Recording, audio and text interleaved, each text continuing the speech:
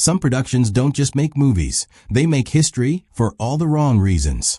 The 1963 film Cleopatra stands as one of cinema's most spectacular meltdowns, a cautionary tale of ambition spiraling beyond control. What began as a prestige picture became a financial apocalypse that nearly destroyed an entire studio. This is the story of what went wrong and why stopping the madness proved impossible. A budget that broke all records.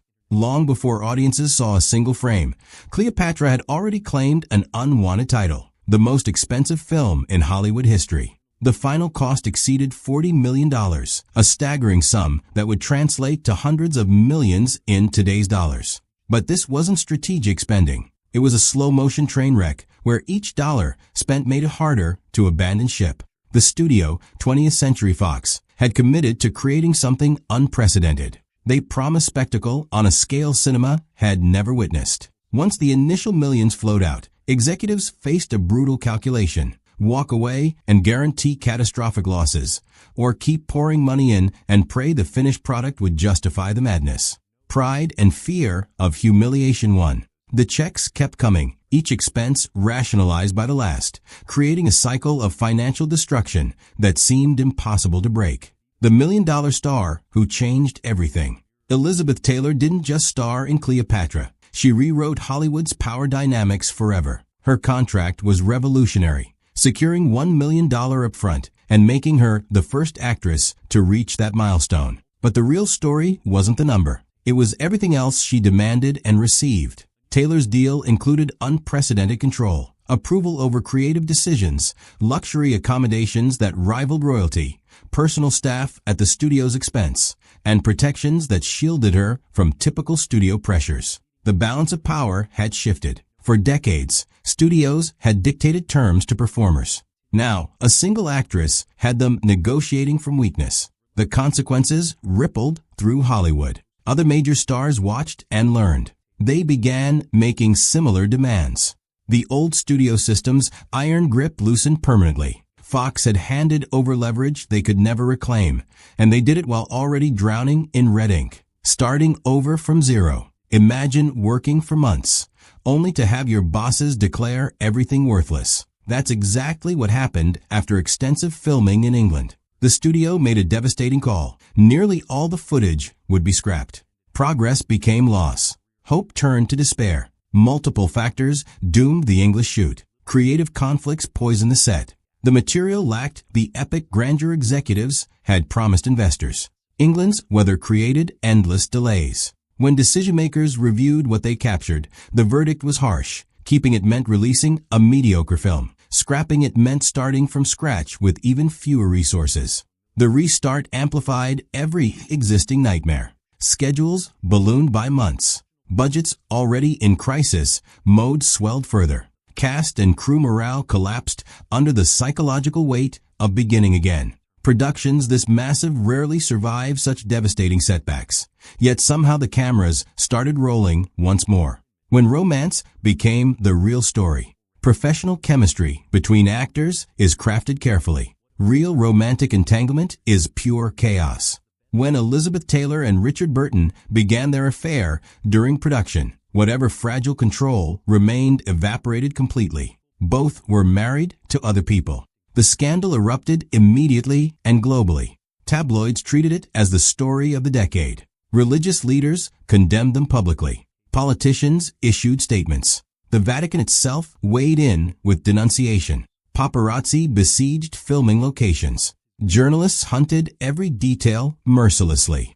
The personal drama infected everything professional. Shooting schedules bent around emotional turbulence. Crew members navigated the tension carefully. Writers modified scenes to work around what couldn't be hidden. Eventually, the boundary between performance and reality dissolved. Audiences wouldn't simply watch actors playing ancient lovers. They'd witness two people whose real affair had become inseparable from the spectacle. Musical chairs in the director's chair. Consistent leadership might have imposed order on the chaos. Instead, directors came and went, leaving everyone adrift without unified vision. Each new leader brought different ideas. Each departure erased whatever creative momentum existed. Reuben Mamoulian started the project, but left during the troubled English period. Joseph L. Mankiewicz replaced him, inheriting a production already deep in crisis. Mankiewicz brought genuine talent and determination, but joining mid-disaster meant constantly reacting instead of truly creating. Footage shot under different directors didn't match stylistically. Editors later struggled to reconcile the clashing visions. The inconsistency showed in subtle but noticeable ways: tonal shifts between scenes, unpredictable pacing, actors receiving contradictory direction about their characters. For a production already hemorrhaging money and dignity, unstable leadership removed the one element that might have imposed coherence. Monuments to waste.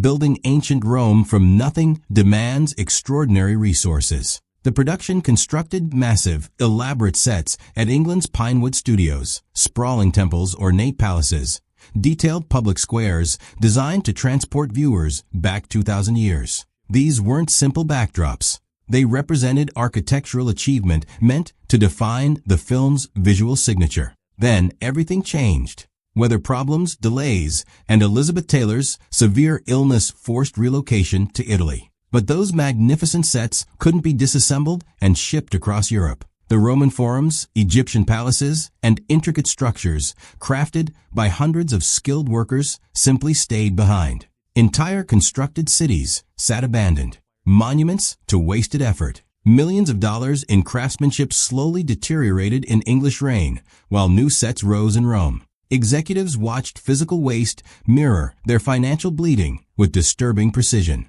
What remained at Pinewood became a ghost town of Hollywood excess, proof that even the most impressive creations mean nothing if circumstances force you to abandon them. A wardrobe beyond reason. Elizabeth Taylor established one simple but expensive rule: she would never wear the same costume twice on screen. This single requirement pushed wardrobe demands into absurdity. Taylor wore over 65 different costumes throughout the film. Each was custom designed and handcrafted. Some appeared for mere seconds before being replaced forever. Designers worked ceaselessly to ensure visual novelty in every scene, whether the story required such variety or not. This approach symbolized the production's broader philosophy perfectly. Practical considerations surrendered to extravagance at every turn. Each gown, headdress, and piece of jewelry added cost without necessarily serving the narrative. But stopping the excess was never seriously considered. Audiences expected to see a queen, so they'd see a queen dressed beyond imagination, even if those costumes existed purely to avoid repetition rather than serve any dramatic purpose. The impossible relocation. Moving small productions creates headaches. Moving the largest production in Hollywood history creates catastrophe. When circumstances forced the shift from England to Italy, the logistical nightmare that followed nearly shattered what remained of the operation. Hundreds of cast and crew members required transportation across continents. Equipment, materials, and supplies followed in expensive shipments. New sets needed construction from scratch. Local crews required hiring and training to meet the production's exacting standards. The relocation promised solutions: better weather, fresh facilities, a new beginning. But promises and reality rarely aligned on this troubled project. The move added months to schedules and millions to budgets, while providing only temporary relief from the fundamental chaos that defined every aspect of the production. When crowds became uncontrollable, epic films demand epic crowds. Cleopatra's entrance into Rome required thousands of extras in elaborate costumes. Managing a few background performers is routine. Managing thousands proved nearly impossible under these strained circumstances. Movement had to appear natural while hitting precise marks. Timing required synchronization across enormous distances. Continuity demanded thousands of people maintain consistent positions across multiple takes and shooting days. The complexity overwhelmed even veteran assistant directors. Unusual methods became necessary just to maintain basic control. Colored flags signaled different groups. Megaphones blared constant instructions. Multiple cameras captured footage simultaneously to reduce required takes. Despite these efforts, scenes frequently dissolved into confusion, requiring expensive reshoots and extended schedules. The scale meant to impress audiences repeatedly worked against the filmmakers desperately trying to capture it. Bigger than history itself. The designers studied ancient architecture carefully, then deliberately exceeded anything that actually existed. Historical accuracy mattered less than visual impact. Rome and Alexandria, as depicted in the film, dwarfed their actual historical counterparts. Egyptian sets towered beyond reasonable scale. Columns stretched higher than ancient engineers ever built. Public spaces sprawled wider than historical records supported. Cleopatra's palace became a monument to cinematic imagination rather than archaeological evidence. This philosophy shaped the film's entire identity. Viewers experienced ancient civilizations as impossibly grand, matching romantic fantasy rather than historical reality. The choice created spectacle, but also distance from actual history. Bigger became shorthand for important, and the production committed fully to that equation. Whether audiences would accept the trade-off remained uncertain until the film finally reached theaters, a question that would determine whether this legendary disaster could somehow transform into unlikely triumph.